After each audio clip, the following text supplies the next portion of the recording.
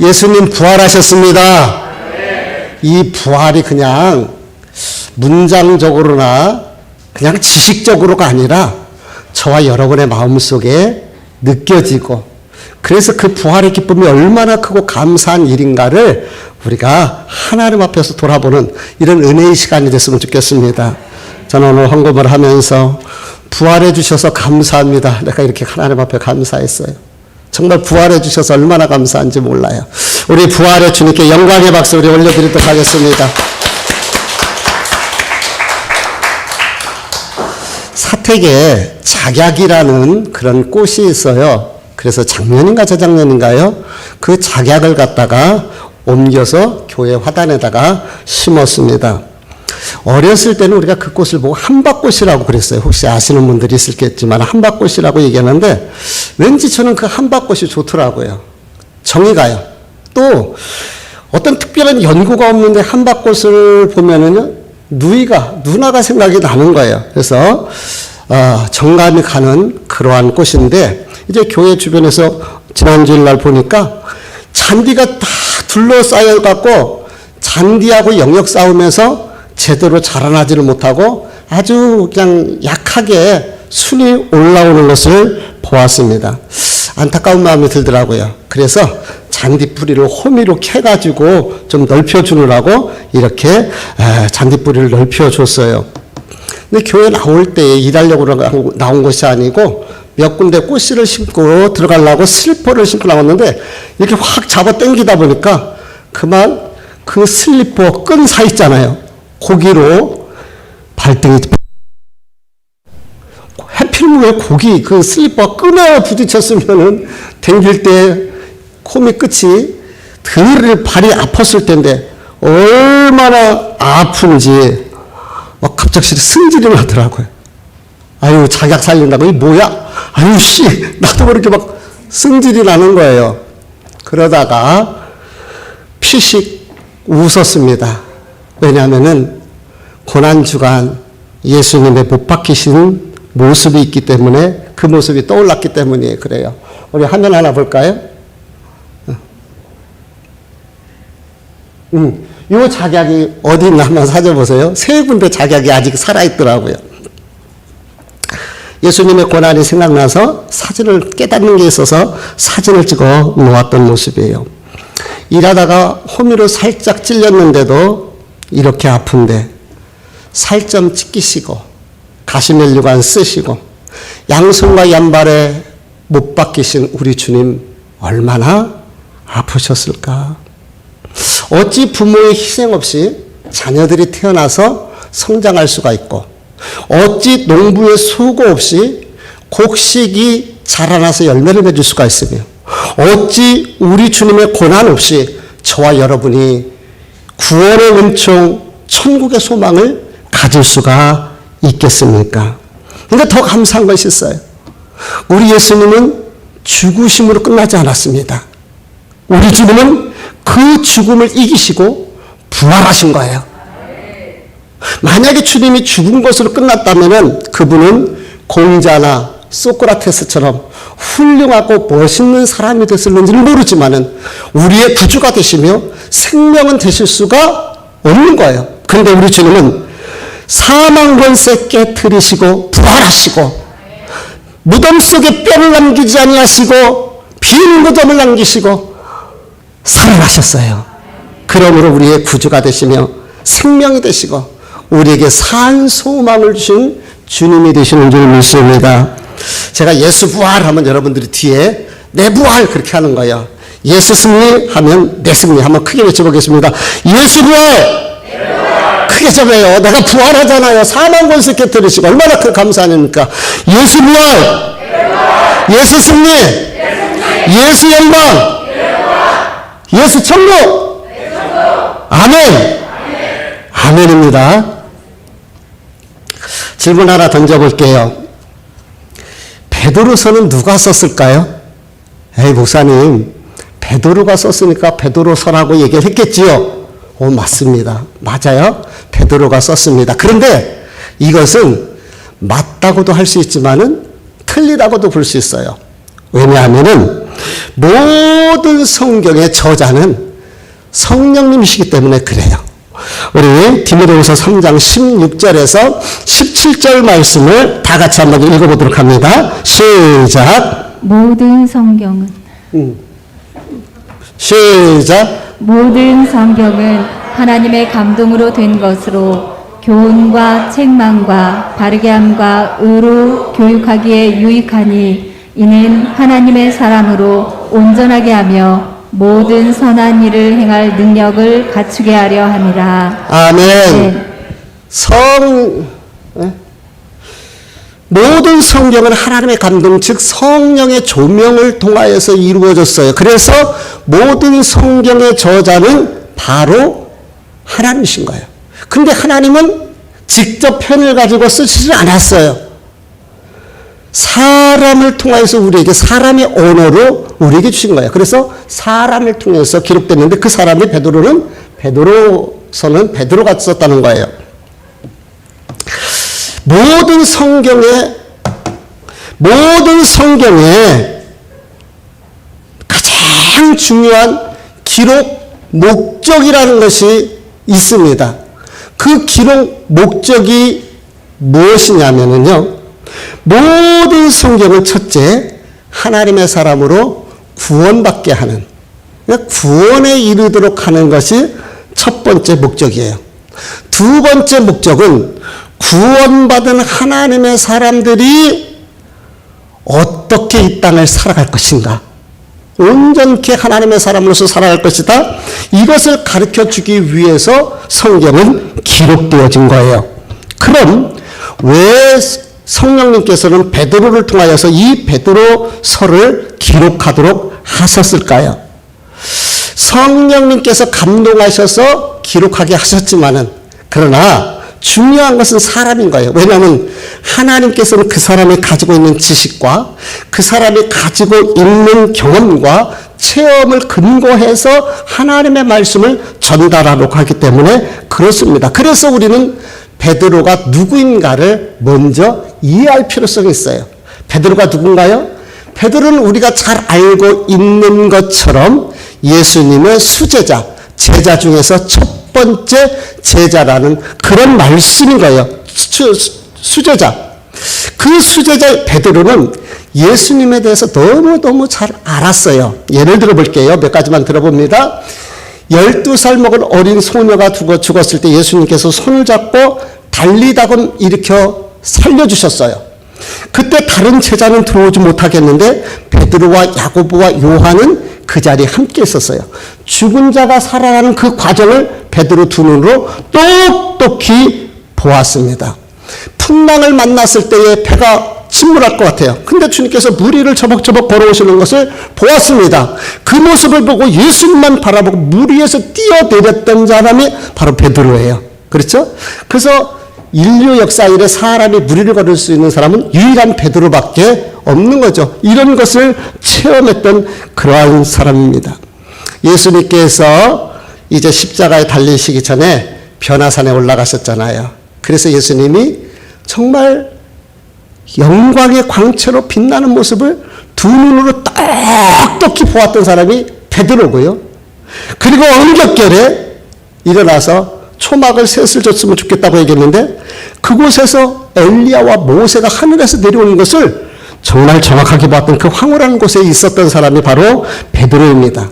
그리고 예수님을 3번씩이나 배신 때리고 부인하고 도망갔던 사람도 바로 베드로인 거예요. 이 베드로처럼 예수님에 대해서 더 정확하게 잘 알고 있는 사람이 있을까요? 아마 이 땅에서 베드로처럼 더 잘 알고 있는 사람은 없을 겁니다. 근데 이 베드로를 통해서 지금 무슨 말씀을 하나님께서 하시고 싶으냐 하면은 그게 바로 3절입니다. 우리 같이 읽어봅니다. 같이 3절 읽어볼게요. 시작. 우리 주 예수 그리스도의 아버지 하나님을 찬송하리로다. 그의 많으신 긍휼대로 예수 그리스도를 죽은 자 가운데서 부활하게 하심으로 말미암아 우리를 거듭나게 하사 산 소망을 잊게 하시며. 할렐루야. 지금 무엇을 말씀하고 계시는가요? 죽은 자 가운데서 부활하게 하심을 말미암아. 베드로를 통해서 말씀하시고 싶었던 것이 무엇이에요? 죽은 자 가운데서 부활하신 예수 그리스도를 지금 성령님을 통해서, 베드로를 통해서 성령님께서 말씀을 하시는 거예요. 베드로는요, 예수님의 부활을 직접 목격했던 사람입니다. 정말 정확하게 봤어요. 잡히시기 전날 밤에 네가 다굴기 전 3번 나를 부인하라고 예수님이 그렇게 말씀하셨거든요. 근데 진짜로 예수님 배신하고 도망쳐가지고요, 다락방에서 덜덜덜덜 떨면서 숨어 있었잖아요. 그럼 베드로에게 주님께서 나타나 보이셨어요. 환상인 줄 알았겠죠, 처음에는. 꿈인 줄 알았을 거예요.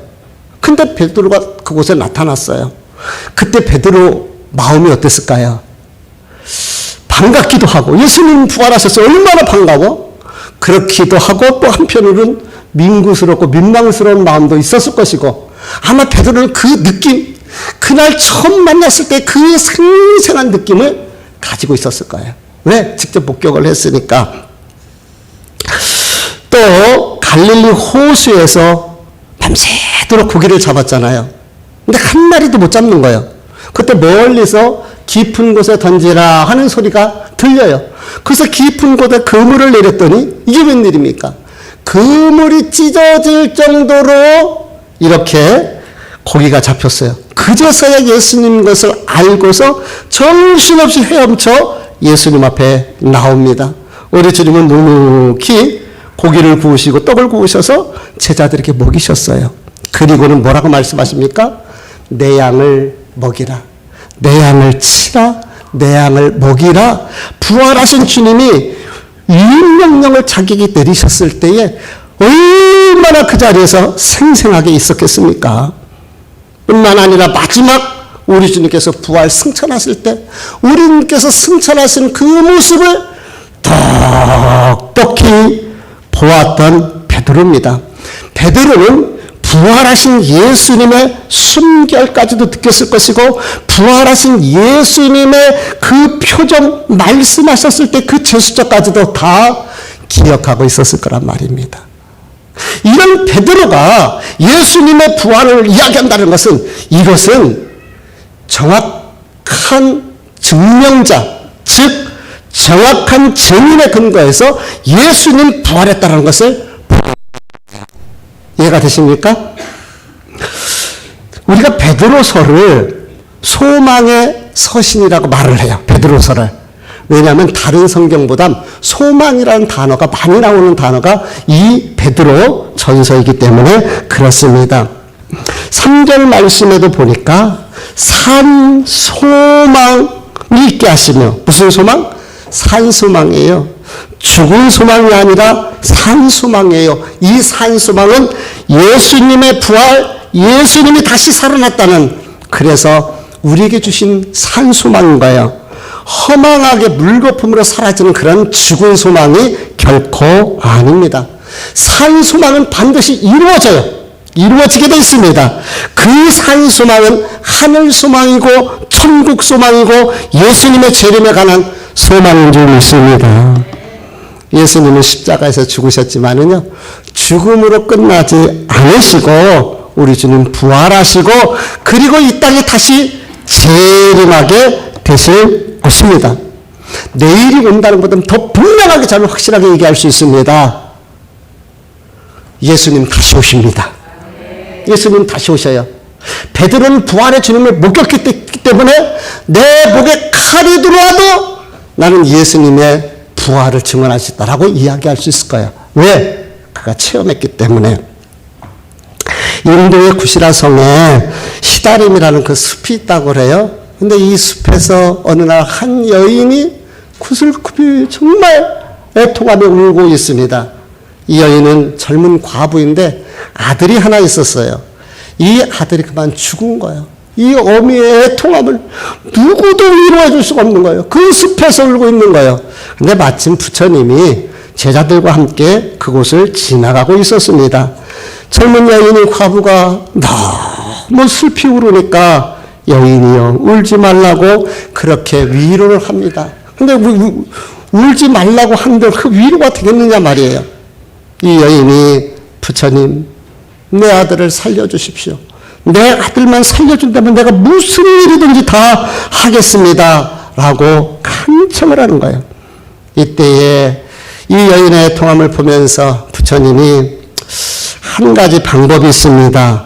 지금 일어나서 마을로 가셔가지고 집집마다 다니면서 그 집에 한 번도 한 사람도 죽은 사람이 없는 집에 쌀을 한 움큼씩 얻어다가 그것을 죽을 써가지고 아들에게 먹이면 아들이 살 것입니다. 라고 얘기를 해줬어요.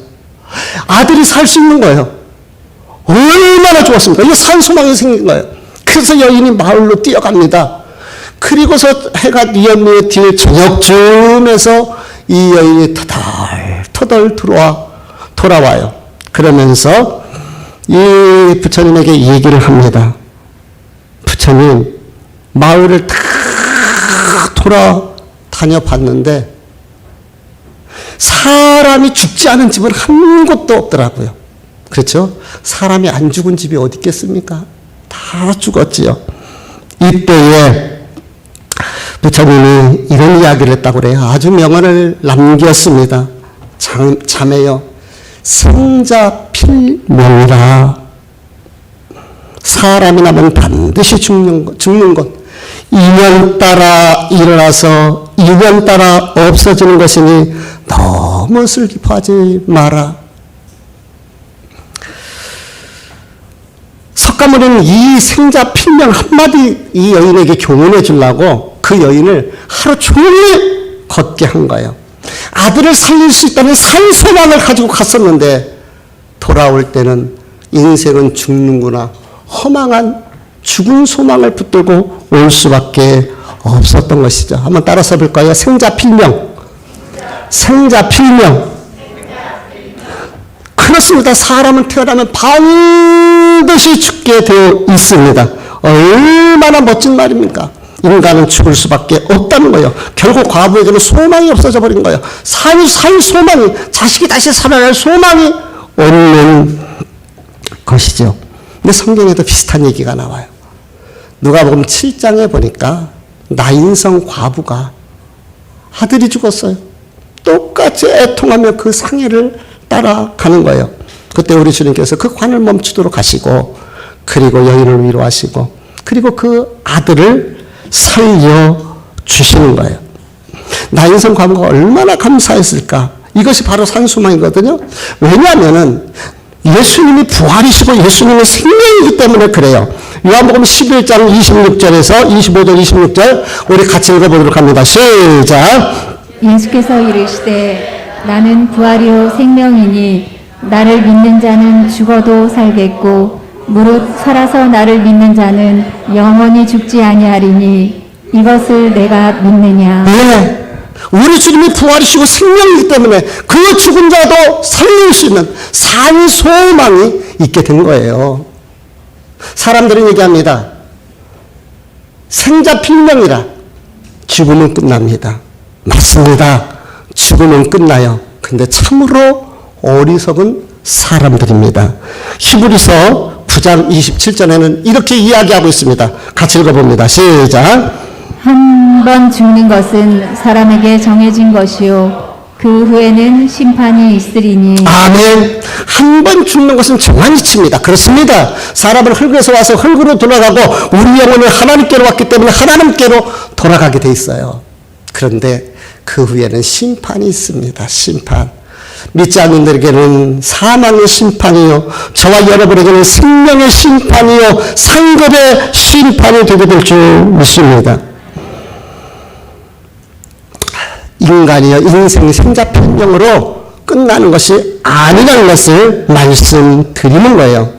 우리 오늘 본문의 말씀 4절을 다 같이 한번 크게 읽어보도록 합니다. 시작.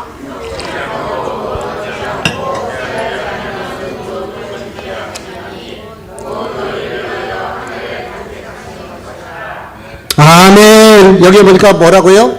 천국은 썩지 않고 쇠하지 않고 더럽지 않고 영원한 유업으로 우리가 받을 것임을 가르쳐주고 있습니다. 이 땅의 모든 것은 세월 앞에 햇빛 앞에 견뎌낼 것이 없어요.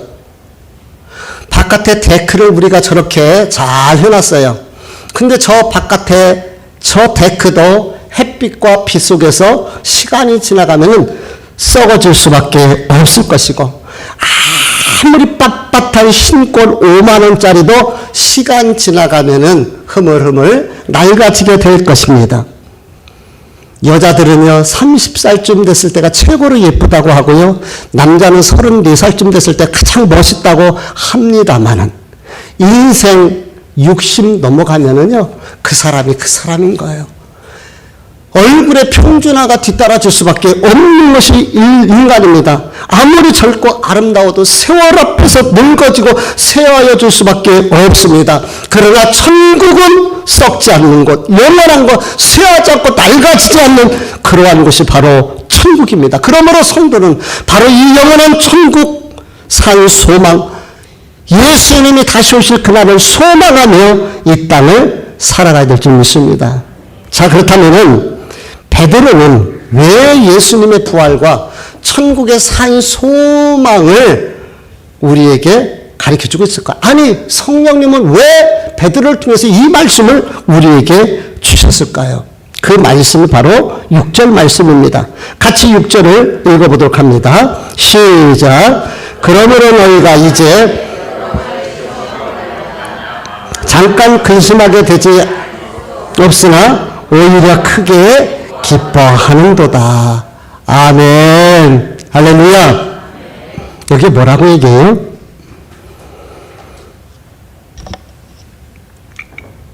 너희가 여러 가지 시험으로 말미암아 잠깐 근심하게 되지 않을 수 없으나, 잠깐은 이 땅에서의 모습이에요. 천국은 영원합니다. 이 땅에서 믿음으로 살 때 시험과 고난과 환난이 있다는 말씀이에요. 초대교회로부터 오늘날까지 교회는 이 핍박과 환난과 고난을 이겨내고 복음이 증거되어져 왔습니다. 예수 믿는 나는 이유 하나만으로 5년 경기장에 끌려가서 사자의 밥이 되기도 하고, 어떤 이는 돌에 맞아 죽기도 하고, 어떤 이는 심지어 토백혀 죽임을 당하기도 했습니다. 그래서 히브리 기자는 이렇게 증언을 하고 있습니다. 우리 같이 한번 읽어보도록 합니다. 시작. 또 어떤 이들은 더 좋은 부활을 얻고자 하여 심한 고문을 받되 구차히 풀려나기를 원하지 아니하였으며, 또 어떤 이들은 조롱과 책짓질 뿐 아니라 결박과 옥에 갇히는 시련도 받았으며, 돌로 치는 것과 도구로 켜는 것과 시험과 칼로 죽임을 당하고 양과 염소의 가죽을 입고 유리하여 궁핍과 환난과 학대를 받았으니, 이런 사람은 세상이 감당하지 못하느니라. 그들이 광야와 산과 동굴과 토굴에 유리하였느니라. 아멘. 이것이 초대교회 성도들의 실상이에요. 실상. 그리고 오늘까지 지금도 마찬가지입니다. 우리는 대한민국에 살기 때문에 그렇게 큰 시험 핍박 환난은 없지만 지금도 수도 없이 많은 사람들이 예수 믿는다는 이유로 죽어가고 있다는 사실을 우리는 기억해야 하는 거예요. 근데 뭐라고 얘기합니까? 가로 열고 닫은 곳에 이런 사람들은 세상이 감당하지 못한다는 거예요. 이 세상에 감당하지 못할 그 고난과 환난 속에서도 복음을 붙들고 예수 그리스도를 증거했던 그 사람들 때문에 복음이 대한민국 여주 땅에까지 들어와서 저와 여러분까지 예수 그리스도를 믿게 되고 예배할 수 있게 되는 것입니다. 이 사람들의 모습을 보세요. 어떻게 이게 가능합니까? 그들에게는 산 소망이 있었기 때문에 그래요. 그 소망, 부활 소망, 예수님의 재림 소망, 천국 소망이 있었기 때문에 그들은 그 핍박과 고난과 시험 속에서도 흔들리지 않고 그 어려움 속에서도 복음을 지켜왔어요. 만약에 베드로가 예수님의 부활을 만나지 않았더라면 어떻게 됐을까요? 나는요, 그 베드로는 겁장이겠어. 배신 때리고 도망갔잖아요. 몰래 도망가고 살아 없는 곳에서 숨으면서 그 평생 죄 지은 마음으로 숨어서 그렇게 살지 않았을까요? 그런데 베드로가 어떻게 죽었어요? 거꾸로 십자가를 못 박혀 죽었어요. 그게 어떻게 가능합니까? 부활하신 주님 만났기 때문에, 천국의 영광을 소망했기 때문에 그것이 가능한 줄 믿습니다. 그렇습니다. 천국에 산 소망을 가지고 있는 사람들은 절대로 죽음 앞에 두려워하지 않습니다. 기독교의 출발은 오늘까지 심한 박해와 고난에서 성장해 왔어요. 심지어 로마 시대는 동굴에서 태어나서 동굴에서 성장해서 동굴에서 죽었어요. 아니 원신도 아닌데 어떻게 동굴에서 성장하고 동굴에서 살아갑니까? 우리가 이것을 카타콤이라고 이야기를 하는데요. 믿음 지키고 복음 지키기 위해서 그와 같이 살았던 것이지요. 코로나로 인해서 교회가 지찬을 받고 교회 간다는 이야기하기가 괜히 멋쩍은 그런 시대, 괜히 사람들이 쳐다보는 것 같은 그런 시대에 우리가 살고 있습니다. 이 코로나로 인하여 우리의 믿음이 많이 약해졌고 신앙이 흔들리는 경우도 있습니다. 근데 지난주에 말씀드렸던 것처럼 이제 종말의 때에 우리 앞에 도대체 어떤 일들이 일어날는지 알 수 없는 시대에 우리가 코로나를 보니까 살고 있더라 말입니다. 그리고 지금은 코로나라는 이러한 문제지만 앞으로는 더 어떤 것이 우리를 힘들게 하고 어렵게 하는지 알 수 없습니다. 이제 종말의 때를 우리가 살아갈 수밖에 없다는 거예요. 원치 않든 이럴 때에 우리가 믿음의 정신을 차리고 주님 다시 오실 그날을 소망하며 천국을 바라보면서 우리가 이 땅을 살아가야 된다. 이것이 오늘 말씀의 키포인트가 되는 줄 믿습니다. 주기철 목사님이 일본 신사참배를 거절하시다가 순교를 당하시잖아요. 세상에 사람을 거꾸로 매달아 놓고 물고문을 해요. 고춧가루를 타가지고 이 코에다 집어넣어요. 그 고통이 얼마나 상상할 수 없이 힘들고 고통스럽겠습니까? 결국 주기철 목사님이 순교를 하지요. 자, 가정입니다. 만약입니다. 만약 내가 주기철 목사님이라고 가정을 했을 때에 지금 고춧가루 고문을 당하고 물고문을 당하고 구타를 당합니다. 미칠 것 같고 죽을 것 같습니다. 그런데 지금이라도 하나님을 믿지 않겠다고 내보내 준다고 했을 때에 여러분은 어떻게 하실 것입니까? 1번, 일단 살고 본다. 2번, 그래도 죽을 각오로 인내한다. 답을 스스로 해보시기 바랍니다. 두 번째, 가정입니다. 만약 1억이라는 현찰을 딱 갖다 놓고 너 하나님 믿지 않으면 이 1억 줄 테니까 지금 결정하라 라고 한다면 여러분 어떻게 하실 것입니까? 1번, 우선 받는다. 2번, 아쉽지만 아깝지만 포기한다. 한 번만 더 여쭤볼게요. 만약 여러분의 자녀가 큰 사고를 만나서 피를 너무 많이 흘려서 지금 수혈을 받지 않으면 죽게 된다고 그런 상황이 됐습니다. 그런데 의사가 기독교인에게는 절대 수혈할 수 없다는 것이 방침이기 때문에 지금이라도 예수 믿지 않겠다고 한다고 서명을 하시면 수혈할 수 있습니다. 라고 했을 때에 부모된 여러분은 어떻게 하시겠습니까? 물론 이런 일은 저와 여러분의 인생 속에 안 만날 것입니다. 걱정하지 마세요. 그러나 우리가 기억해야 될 것이 있습니다. 핍박 시험은 먼 데 있는 것이 아니라 그 작은 것에서 주기철 목사님처럼 그런 고통을 당하지는 않지만은 우리도 신앙 앞에 할 수밖에 없는 그러한 때가 있을 수 있다는 거예요. 자본주의 사회에서 돈이 얼마나 귀합니까? 이 돈 때문에 우리가 믿음 팔아먹고 하나님을 부인하는 경우가 얼마나 많이 있습니까? 모든 부모에게 자식은 없어서는 안 될 정말 생명 같은 존재예요. 그 자식을 살릴 수 있다면 대신 죽을 것이 부모입니다. 그런데 오늘날은 자식이 하나 둘밖에 없어요. 그래서 자식이 우상이 되어지는 시대에 우리가 살고 있습니다. 그럴 때 많은 사람들이 자식들 때문에 하나님 잃어버리고 믿음 잃어버리고 팔아먹고 사는 경우가 얼마나 많이 있습니까? 다시 주기철 목사님의 순교의 모습으로 돌아가 보도록 합니다. 목사님이 순교를 당했을 때에 엄청난 성도들이 목사님의 시신 앞에서 울부짖습니다. 통곡합니다. 이때 사모님이 이런 말씀을 하십니다. 우리 한번 사모님의 마음으로 우리 같이 읽어보도록 하겠습니다. 시작. 다시 조금씩 빨리 넘겨야 돼. 그냥 잘했으니까 조금씩만. 시작.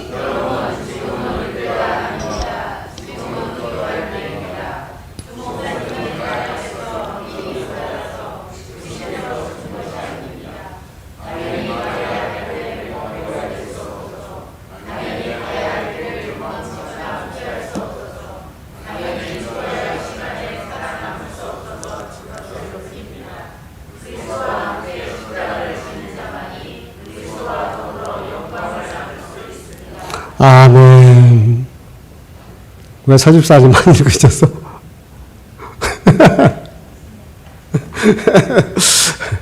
그러니까 참 이 앞에서 예배하는 분들이요, 이 영상하고 또 같이 예배 참여하는 분들이요, 참 쉽지가 않아요. 그리고 잘못하면 그걸 신경 쓰다 보면은 예배를 제대로 못 드리고, 그래서 우리 김경 집사님 죄송한데 반주자들이 은혜를 최고로 못 받는다고 그렇게 얘기를 해요. 왜냐하면 거기에 신경 써야 되니까, 예배에 신경 쓰다 보니까 이게 그래요. 여러분들 그래도 반주자들, 찬양 인도자들, 우리 영상 담당하시는 분들 참 수고하잖아요. 이분들을 위해서 여러분들 많이 응원해 주시고 기도 부탁을 드립니다. 뭐라고 얘기합니까? 주님과 함께 십자가를 지는 자만이 주님과 더불어 영광을 누릴 수가 있습니다. 이것을 우리는 no cross, no crown이라고 얘기를 해요. 고난 없는 영광이 없다는 거죠. 십자가의 죽음 없는 부활이 없다는 거예요. 그런데 우리는 고난을 싫어합니다. 그저 편안한 것, 영광, 좋은 것만을 얻기를 원하는 것이 우리의 본성이에요. 그런데 우리 주기철 목사님 사모님이 통곡하는 성도들을 향해서 말했던 것이 무엇입니까? 주님과 함께 십자가를 지는 자만이 주님과 더불어 영광을 누릴 수가 있다는 것이죠. 코로나 시대를 살다 보니 성경의 이야기가 먼 나라의 이야기가 아니라 아주 현실적으로 가까이 있는 이야기인 것을 우리가 알게 되고, 이제 때가 얼마 남지 않다. 물론 그때와 그 시에 대해서는 정확하게 알 수가 없습니다. 그런 시대에 우리가 살고 있습니다. 어제 토요일인데요, 왕성교회에 장로 고시 3명이 신청이 왔습니다. 그래서 노회에서 허락을 해서 이제 제가 고시위원이라 어제 장로 고시를 집례하기 위해서 이제 고시장에 갔어요. 3명이 목사님 고시위원들 6명이 딱 있어요. 한 명이 저 앞에 신문자 받는 것처럼 저 앞에서 면접을 합니다. 이런 시험은 미리미리 그래도 나이 드신 분들이 그러니까 다 노예에서 예제도 주고 또 이렇게 해가지고 이런 시험은 잘 봤어요. 근데 이게 면접 시험이 두려운 거거든요. 여러분 생각을 해보세요. 목사님들 6분이 쭉 앉아있고 한 명 앞에 놔놓고 날카로운 질문을 던지는 거예요. 장로의 자격이 무엇이냐? 교회를 어떻게 섬길 것이냐? 교회 분쟁이 있을 때 어떻게 장로는 처신할 거냐? 성경에서 이 생활에 대해서 막 이 전도를 어떻게 하고 있는지 막 대놓고 묻는 거죠. 그러니 장로님들이 얼마나 긴장하고 예비 장로님들이죠. 그리고 또 얼마나 답변을 많이 준비했겠습니까? 교과서적 답변을 다 하더라고요. 예, 믿음대로 살아야죠. 기도하면서 준비하겠습니다. 그렇게 잘 얘기해요. 그리고 평생 이 교회와 함께 목사님을 섬기면서 교회를 섬기면서 평생 같이 갈 것입니다. 그때에 한 분 목사님이 정색을 하고, 집사님, 근데 그거 시험 들면 다 소용없어. 야, 날카롭게 대놓고 얘기를 하더라고요. 저는 말에 대해서 들려오는 말, 그리고 하는 말에 대해서 장로로서 어떻게 할 것인가를 질문을 던졌거든요. 근데 이 목사님은 대놓고, 집사님, 시험 오면 소용없어. 아무리 다짐해도 결단해도 시험 오면 목사도 교회도 심지어는 하나님도 안 보여 라고 하더라고요. 그런 것을 너무 많이 보았습니다. 시험 들지 않아야 돼 라고 직설을 남기는 그 목사님을 보면서, 그렇다, 아무리 우리가 믿음을 살고 지금 내 간까지 뽑아낼 것 같다 할지라도 시험이 오면은요, 다 무너져요. 무너지는 거야. 얼마나 우리가 연약한지요. 내 감정과 내 기분과 내 육성이 살아난단 말이에요. 그래서 우리는 밤마다 예수 안에서 죽고, 내가 죽지 않으면 내 안에서 예수 그리스도가 거듭날 수가 없는 거예요. 우리 종말의 때를 살아가고 있습니다. 어떤 시험이, 어떤 고난이, 어떤 아픔이 우리 앞에 다가섰는지 모르지만 우리에게 중요한 것은 주는 부활하셨습니다. 부활의 산 소망 붙들고 나그네 같은 세상, 천국 바라보면서 이 믿음의 길 두벅두벅 우보천리로 함께 나갈 수 있는 성도들 되시기를 주 이름으로 부탁을 드립니다. 한 걸음 더 나가서 아까 우리 권사님 기도 중에도 말씀하셨는데 이 예수 전하세, 이 예수 전하세, 예수를 전하며 증거하는 이 복 있는 삶이 저와 여러분의 삶이 되기를 원합니다. 기도하십니다.